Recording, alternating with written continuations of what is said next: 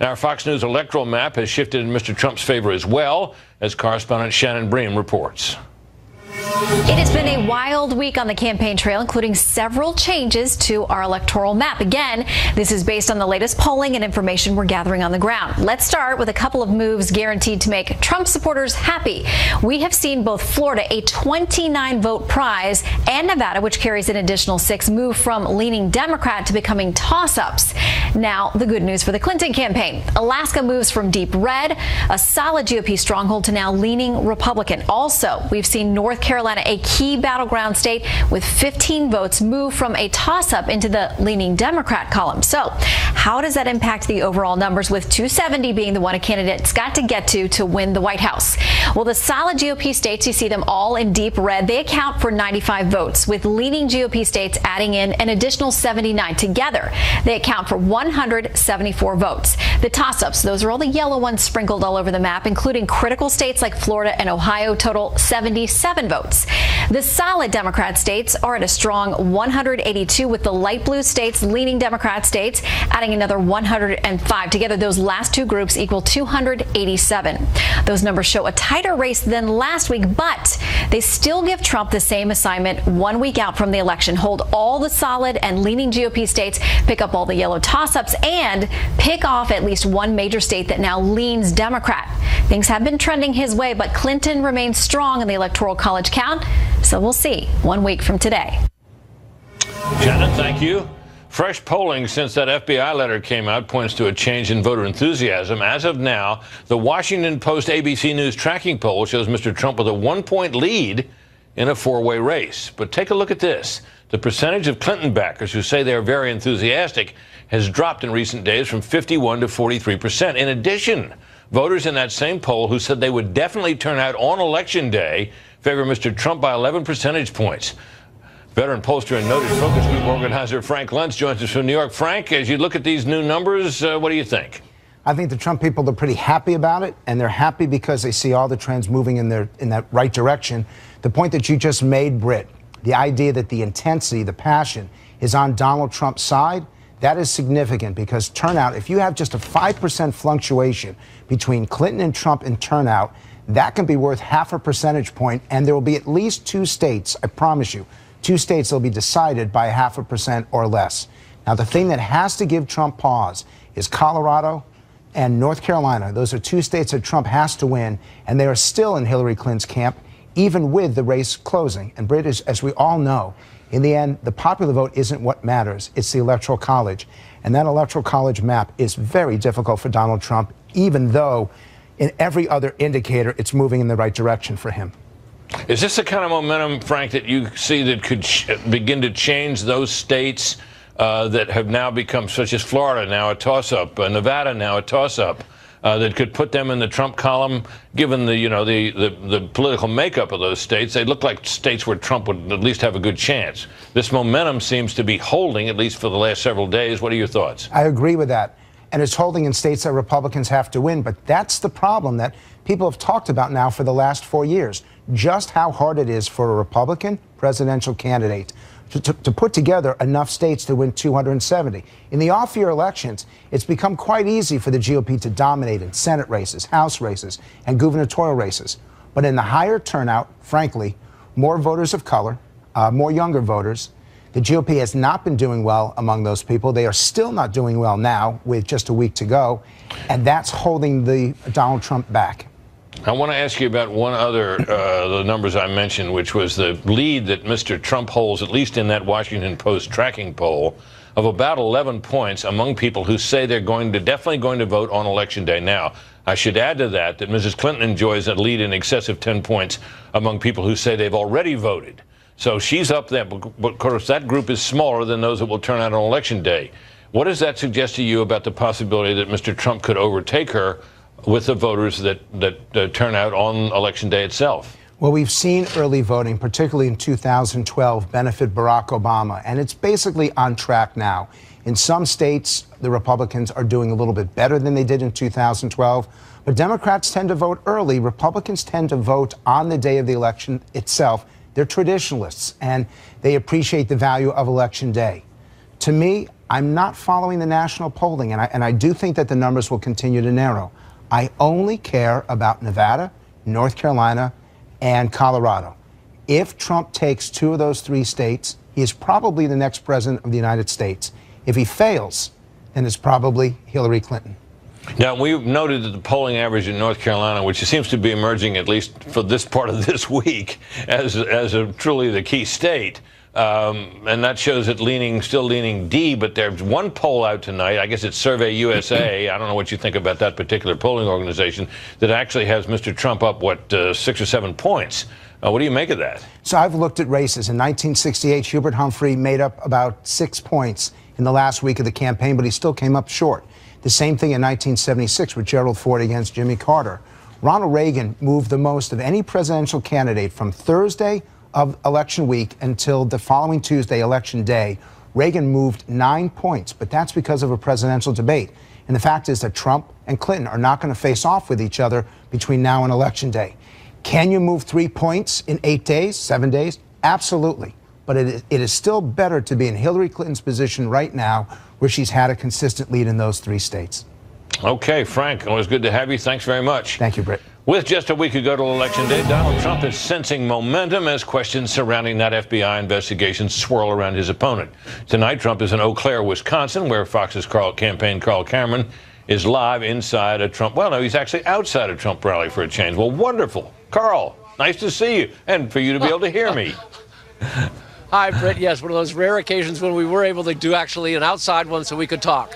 And what we're talking about is Donald Trump and Mike Pence today in Pennsylvania, a state where he trails in the polls. And tonight, Trump here in Wisconsin, another state where he trails in the polls, trying to expand the battlefield based on the surge that he's had in some of those other battleground swing states that you were talking about with Frank and others earlier this evening. Today in Pennsylvania, Valley Forge, as a matter of fact, both Trump and Pence were there together. And while Mr. Trump and Pence both did criticize Hillary Clinton, there was no mention of the FBI investigation of Hillary Clinton's newly discovered emails on her aide, Huma Abedin's laptop. This was about policy, something Trump has been very studious, very disciplined about for the last week and a half when the Obama administration announced that they were in fact going to be increasing premiums for the Affordable Care Act next year. This is how Trump advanced his policy proposal today in Valley Forge. Watch. I will ask Congress to convene a special session so we can repeal and replace. And it will be such an honor for me, for you, and for everybody in this country, because Obamacare has to be replaced. And we will do it, and we will do it very, very quickly. It is a catastrophe. Pence was part of that, and he talked about what Trump's plan actually is. Do away with Obamacare, create health savings accounts, foster more interstate commerce for health insurance, much the way car and life insurance is sold, and allow block granting of Medicaid money to the states so that they can handle it. That's essentially the totality of what Trump would do in lieu of Obamacare. Tonight here in Wisconsin, the band is back together for Donald Trump. Rudy Giuliani was part of the opening introduction speeches, which are still underway. Reince Priebus was here. We're in the home state of the House Speaker Paul Ryan, who today said he did early vote for the Republican nominee, but seemed to agonize over not trying to say Donald Trump's actual name. And when he was asked if he was going to come to the rally in his home state tonight, the speaker said he wasn't aware of it and had other plans. So that little rift continues to exist, even though the speaker did vote for the early vote for the Republican nominee. Brett? Yeah, I think we've seen, Carl, that among the other dignitaries, a word my father used to hate, he preferred poobah, actually, but you see Governor Scott Walker there, who was once, of course, an opponent of Donald Trump, up there trying to warm up the crowd for him. I wondered if there's been a fall off in the intensity of audience response. I'm sure the crowd is huge, they always are. When he talks about these issues and delivers his point-by-point presentations as to how he's going to deal with Obamacare, say, how's the audience response to that? They're responding very, very favorably. And about audience response, this thing's about to start, and the line goes, I can see about a quarter of a mile, a third of a mile, and the line is 4 or 5 across, and it's still going. A lot of folks aren't going to get in tonight. The capacity of the hall that he's in is 3,400, and it's already elbow to elbow. And this has been happening quite a bit. The crowd loves the policy part of this. It, in many ways, undercuts what was a year and a half of the media and the critics and the analysts and a lot of his Republican opponents saying that Donald Trump wasn't putting forth policy. It's not just the Affordable Care Act and its repeal. His contract for the American voter ticks off a dozen different ideas, policy promises, not so much specifics in the aggregate, but they love that stuff. And what he's now being able to do is turn and then punch away at Hillary Clinton for the email scandal, for the Obamacare catastrophe with the rising premiums, et cetera, et cetera. So he has both. This is the kind of thing that, you know, conventional political reporters have been waiting for him to do, and he's doing it exactly at the right time. Brett? All right, Carl, thanks very much. Tonight, as Hillary Clinton tries to dodge the perception held by some, at least, that she is a corrupt candidate, there is more news from the FBI, and this time it has nothing to do with Clinton's emails. Fox News correspondent Jennifer Griffin is with that campaign just outside Orlando. Hi, Jennifer. Hi, Britt. Well, there are far more protesters, pro-Trump protesters, outside Hillary Clinton's rallies here in Florida today. Hillary Clinton did not come back to talk to us on board the plane. She has not done so for several days. She's not really engaging with the traveling press since the announcement by the FBI director on Friday. In fact, one of her senior staff did speak to us and said that the FBI has not reached out either to the campaign, to Clinton's lawyer, or to Huma Abedin, whose emails, of course, are in question. We saw the first images of Huma Abedin yesterday, dropping her young son off at a preschool in New York City. These pictures were published by the Daily Mail. Huma Abedin has not been on the campaign trail with Clinton since Friday.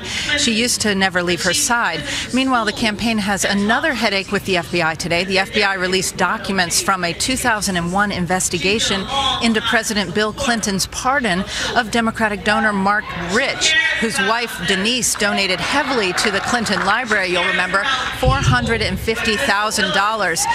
Clinton pardoned Mark Rich on the last day of his presidency, and the FBI says that they released those documents of the investigation because due to a FOIA request, the timing of the release so close to the election created more churn for the Clinton campaign.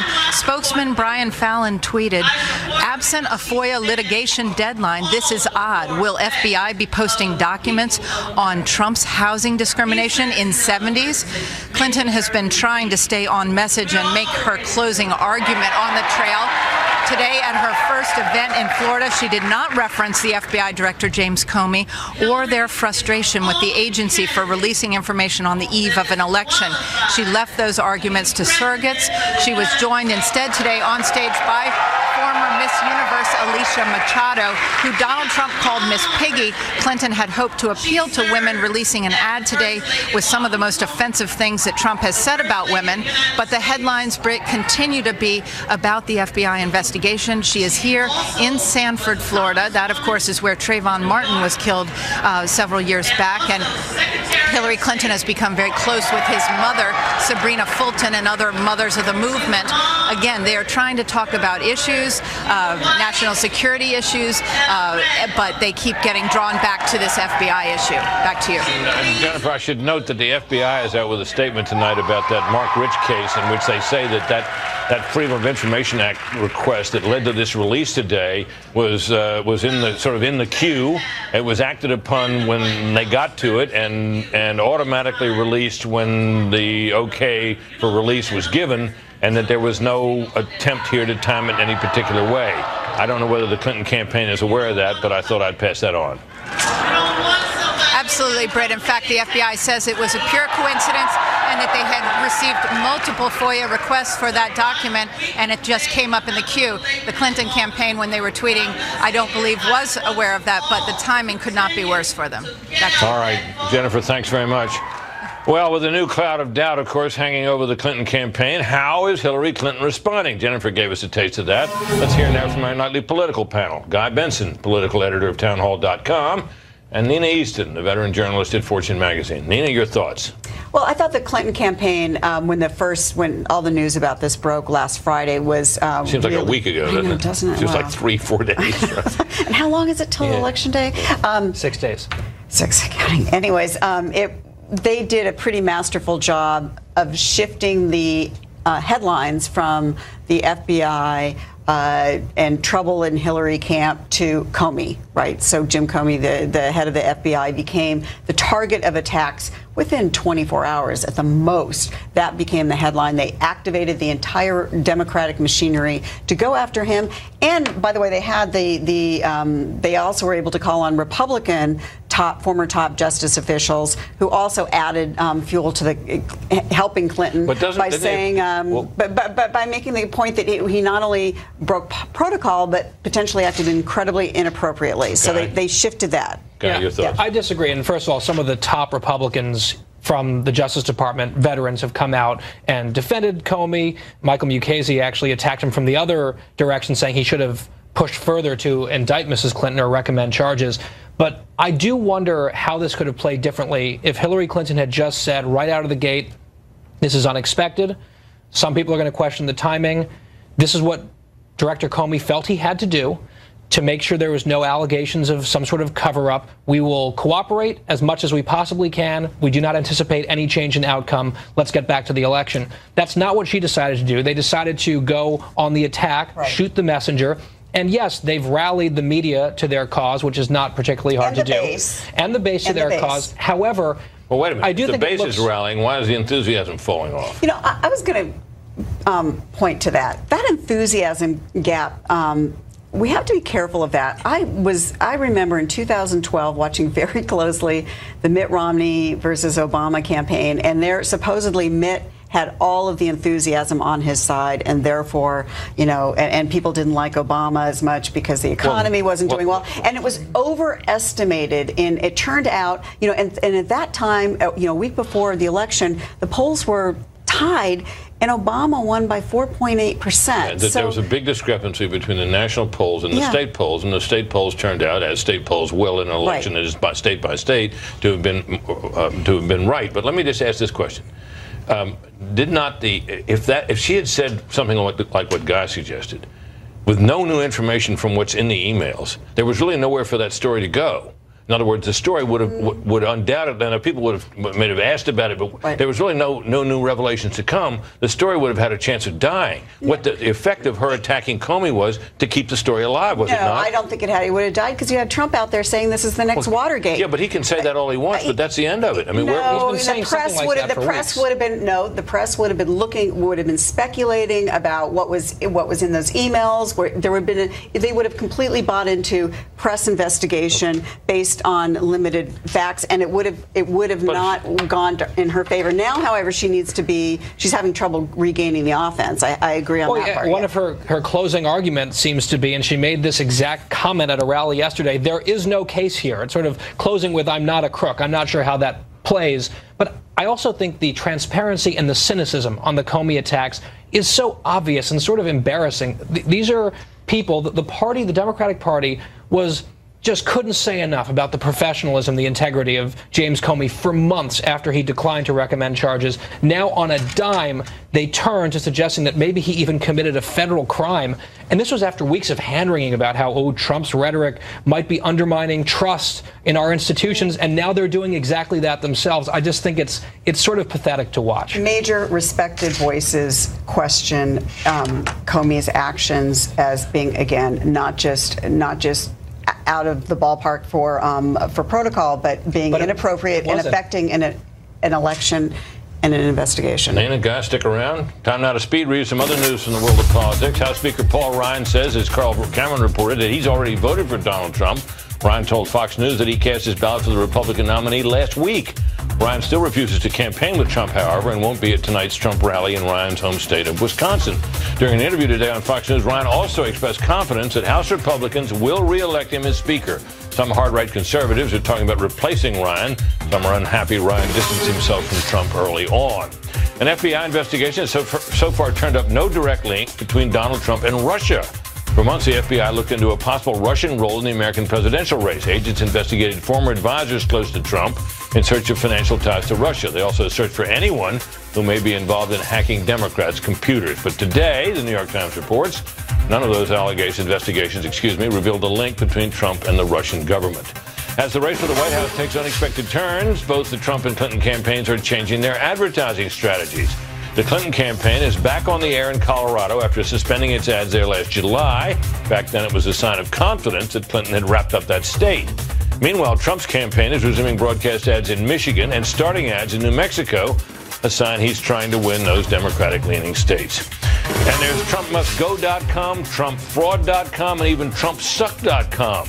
But it turns out that Donald Trump himself owns those and dozens of other similar web addresses. The sites sound like they're bashing the nominee, but by owning them, Trump makes sure his critics and rivals cannot use them to attack him. And WikiLeaks just released its 25th dump of emails from Hillary Clinton's campaign chairman, but WikiLeaks promises something much bigger coming soon. We'll tell you about that next. There are new WikiLeaks emails out today, and once again they raise uncomfortable questions, including about an email about her emails.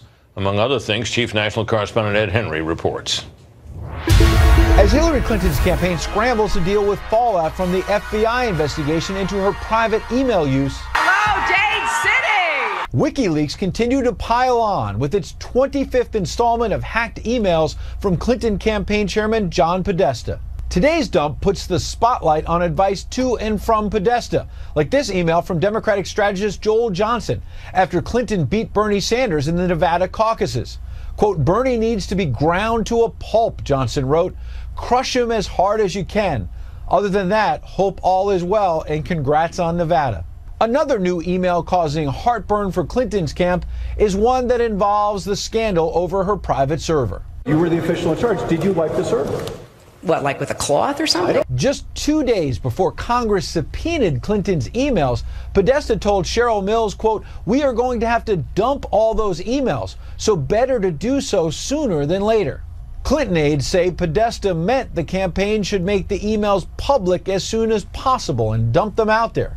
But if that's the case, the campaign chairman's advice was not taken, because later that March, thousands of Clinton emails were wiped clean. And they didn't just push the delete button. They had them deleted where even God can't read them. Another email exchange shows how the inner circle reacted when Clinton confidant Lanny Davis said to Fox News a neutral party should go through Clinton's emails. I think it is a reasonable idea. If anybody has any doubts that there's a delete on a hard drive, I think to have an independent force go inspect her private email. We got to zap Lanny out of our universe, said campaign manager Robbie Mook. Can't believe he committed her to a private review of her hard drive on TV. The new emails also showcase the cozy relationship between the Clinton camp and Google's chairman. Quote, I met with Eric Schmidt tonight, wrote Podesta. He's ready to fund, advise, recruit talent, clearly wants to be head outside advisor. Just a month later, Schmidt actively coached the campaign on how to create a cloud-based voter database and how to use technology to target voters. Quote, in 2016, smartphones will be used to identify, meet, and update profiles on the voter. A dynamic volunteer can easily speak with a voter and with their email or other digital handle, get the voter videos and other answers to areas they care about. This brings the total to nearly 42,000 emails released by WikiLeaks in the final days of the campaign. But stay tuned, they're promising more, saying they'll launch phase 3 of their efforts by the end of the week, with talk of some sort of a bombshell as early as Thursday. Britt? Okay, Ed, we'll wait for that. And the FBI is combing through Clinton emails on Anthony Weiner's laptop. How are they doing that? Catherine Herridge has that story next. Just a week before Election Day, the FBI is using special software to sift through emails on a laptop belonging to Clinton aide Huma Abedin's estranged husband, Anthony Weiner. Sources tell Fox News agents kept finding more and more emails tied to Clinton herself.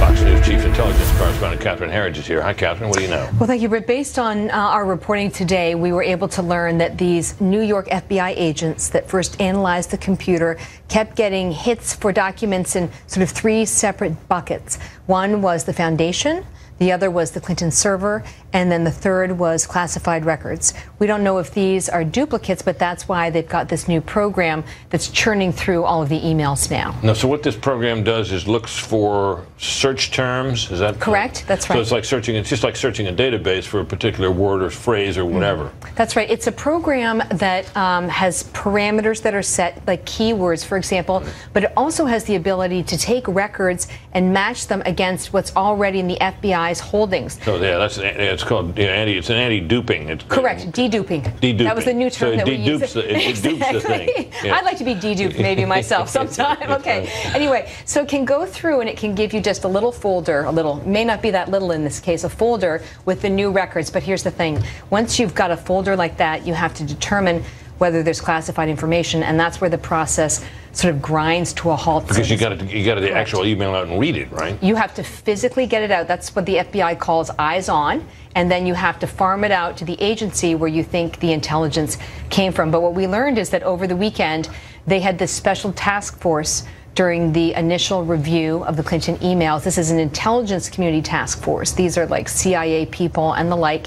And they ramped that up over the weekend to start drilling down through these records to understand what was there for two reasons. One, whether sources or methods were compromised, and two, to kind of have Director Comey's back if he was really pressed Monday of this week for more details from the White House and Congress and the politicians. So in other words, this would give him something to talk about. Exactly, give him a little cover. Like we've done, like he would know for himself. He'd have even more confidence in what the New York agents had said. Does this strike you as like some sort of crash program?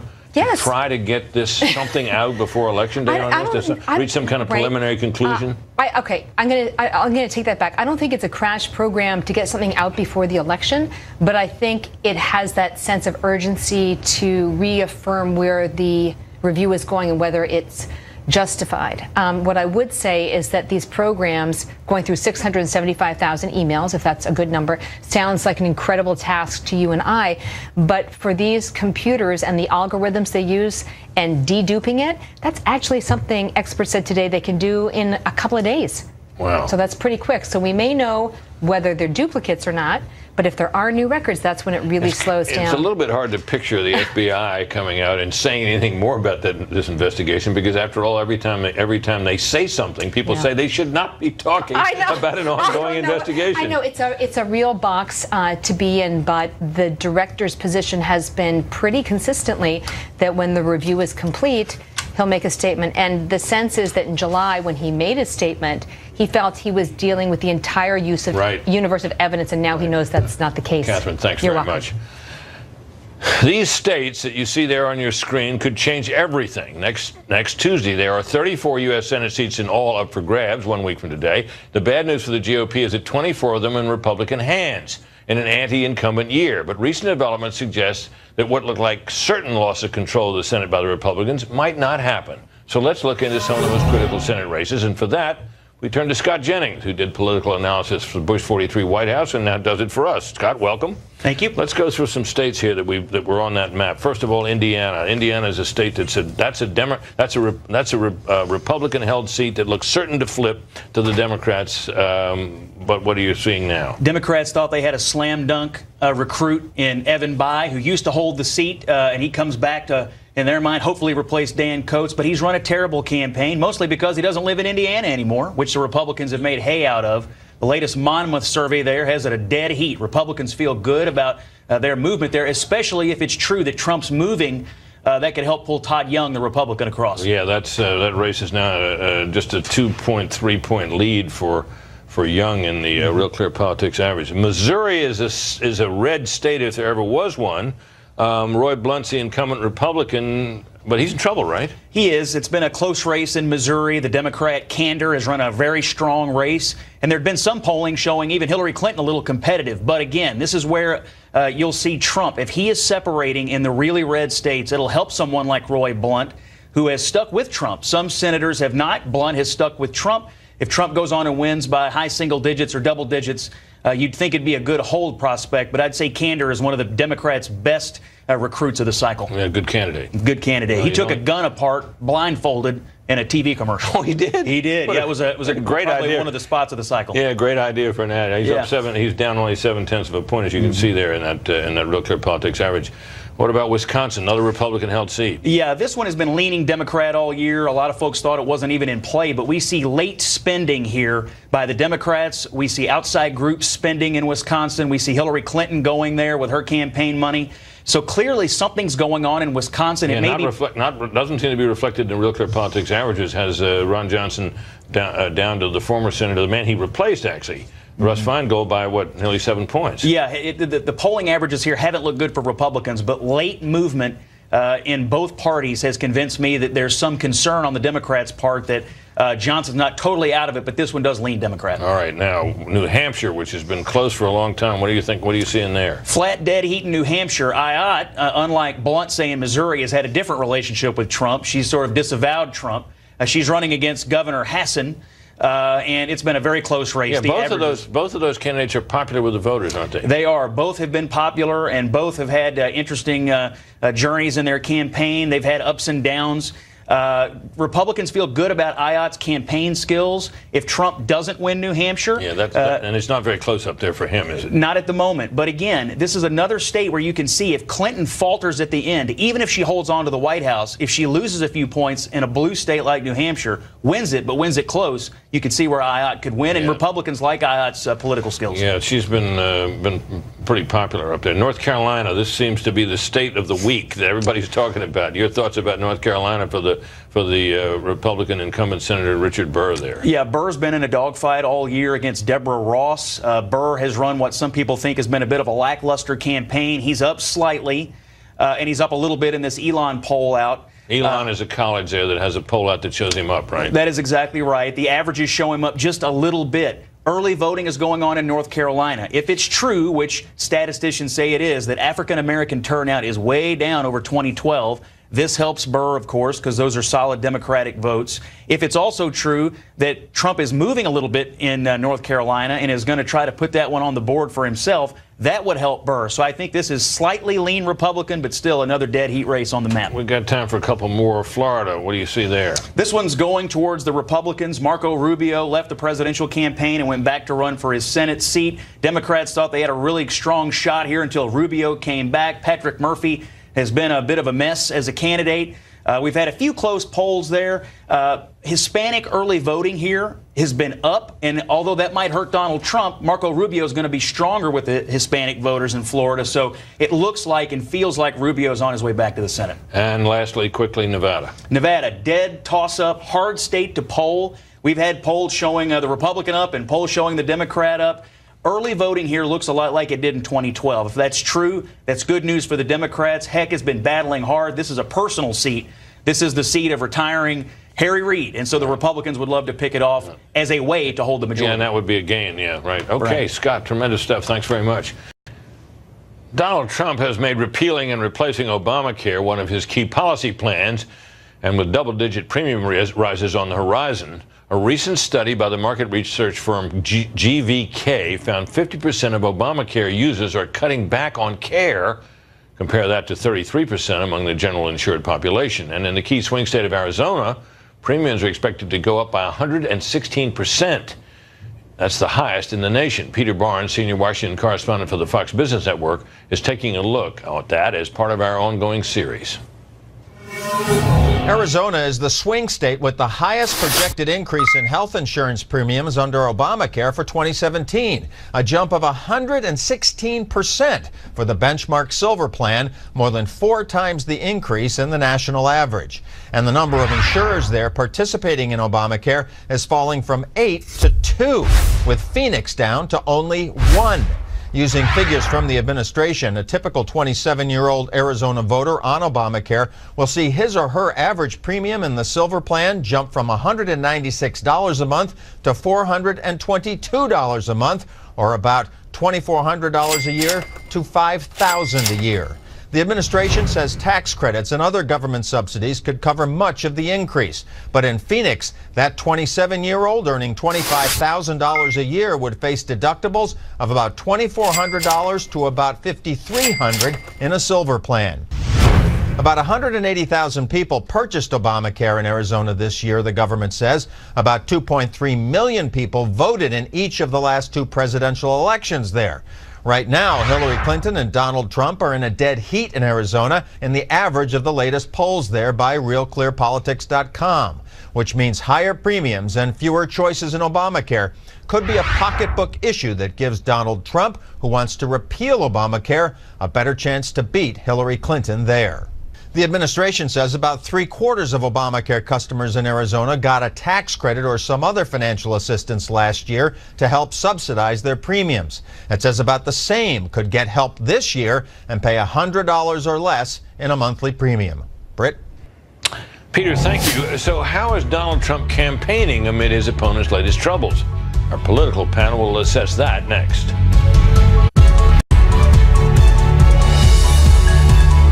Insurers are leaving, premiums are soaring, doctors are quitting, companies are fleeing, and deductibles go through the roof. Workers' hours are being cut, hiring is frozen, totally frozen, and wages are being slashed. Obamacare means higher prices, fewer choices, and lower quality. Yet Hillary Clinton wants to expand Obamacare and make it even more expensive. That's Donald Trump today in the swing state of Pennsylvania as he took direct aim, as you could see, at Obamacare, something he's been hammering in recent days. At the same time, this race has gotten closer. Is there a connection? Tonight, he is giving a very much on-message speech in Wisconsin. Our nightly political panel is back. Guy Benson, political editor at townhall.com, and Nina Easton, veteran journalist at Fortune magazine. Guy, Trump hasn't really gained that much, but he has held steady as she has declined. How much does his campaigning have to do, if any, with this? Well, I think this is a smart move from the Trump campaign. You sort of have Donald Trump and Mike Pence campaigning against Obamacare while Hillary Clinton is campaigning against the director of the FBI. I'm not really sure that works out particularly well if the race is in fact tightening. And this was a for her, you mean? For her. I'm saying, watching that clip alone, that is a very subdued Donald Trump sort of soberly going through the list of real problems with Obamacare that are hitting right as this October-November surprise, day one of the open enrollment, is today. And this is exactly the issue, one of them at least, that he should be focused on, and it's wise counsel that he's taking, obviously. Nina? Yeah, well, 6 days before the election, and it's a good issue for him. I mean, Obamacare is not very popular, wildly unpopular with Republicans, and it's not very popular with independents. It's extremely timely for him to be talking about this because we have reports out now that a potential 25% average increase in premiums. Yeah, and people, and the word is that people are stopping or cutting back on health care, stop seeing doctors because it's costing too much. So even people who are using Obamacare aren't happy with Obamacare. So it's a really good message for him. He went on to talk about trade, which is another message that resonates certainly with his voters. So his sort of anti-trade talk resonates. Now, the question arises. The trajectory of the race right now, obviously the state of the race favors her. The trajectory of the race at the moment favors him because he's the one with the momentum. She's the one declining. He's holding steady or perhaps gaining a little. Is this kind of campaigning, this subdued, on-message, on-point campaigning, which Carl Cameron is reporting his audiences seem to love, is this enough to pull this out by election day? He only has a few days. Yeah, we'll see, with so much early voting as well already in the bank. I would look very closely. She clearly is still the front runner in the race based on the polling averages, both nationally and in the key states. I'm keeping an eye in particular on North Carolina because Trump, if you look at the RCP, Real Clear Politics average, he has surged slightly into the into the lead in Florida. He's back ahead just by a hair in Ohio. He's still up just a bit in Iowa. One crucial piece of the puzzle for him is winning all of the Romney states from 2012, and the only one where he's trailing currently is North Carolina. A couple of favorable polls in the last 2 days. He needs the Romney states, which get him to 206 out of the needed 271 electoral votes. Plus, so he would need to start picking off states. In addition to, Florida would be a big piece of it. That would give him another 35, get him to 235 if he carries North Carolina. Right. But then he's got a ways to go still, right? Right. So North Carolina is the one, I think, a very important race to watch, because if he can gain the lead there and win North Carolina, then he holds the lead elsewhere. He's got all the Romney states plus the small leads in Florida, Ohio, Iowa. Then he needs one more big blue state or a combination of a few small blue states to get to 270. Tough but doable, Tough. right? You think so, Nina? Yeah, it's tough. I mean, it's tough but doable. I mean, the thing about the Democrats do have that built-in demographic advantage, and that's going to hurt him regardless of what happens in the next couple of days and regardless of the polls tightening. That's a consistent trend. I mean, there's Democratic strategists who think that this was all baked in a long time ago and that, it's really just at the margins that things are moving. Well, it turns out that way sometimes, and sometimes races change. You never know. Again. Nina, Guy, thanks very much Thanks. for coming in. Coming up, wait till you hear what some viewers thought of what they must have believed was the Halloween costume I wore on the air last night. Mean tweets coming up next. And now it's time for another round of viewer feedback. This one all about that pinstripe suit I wore on the air last night. You can see it there. Ken Schatzberg said, quote, "Now I know why it's easy for you to retire. You haven't bought a new suit or tie for 20 years. Falling Down 8669 tweeted, "I liked your pinstripe suit tonight. Don't worry about the haters. A good suit should last 60 years.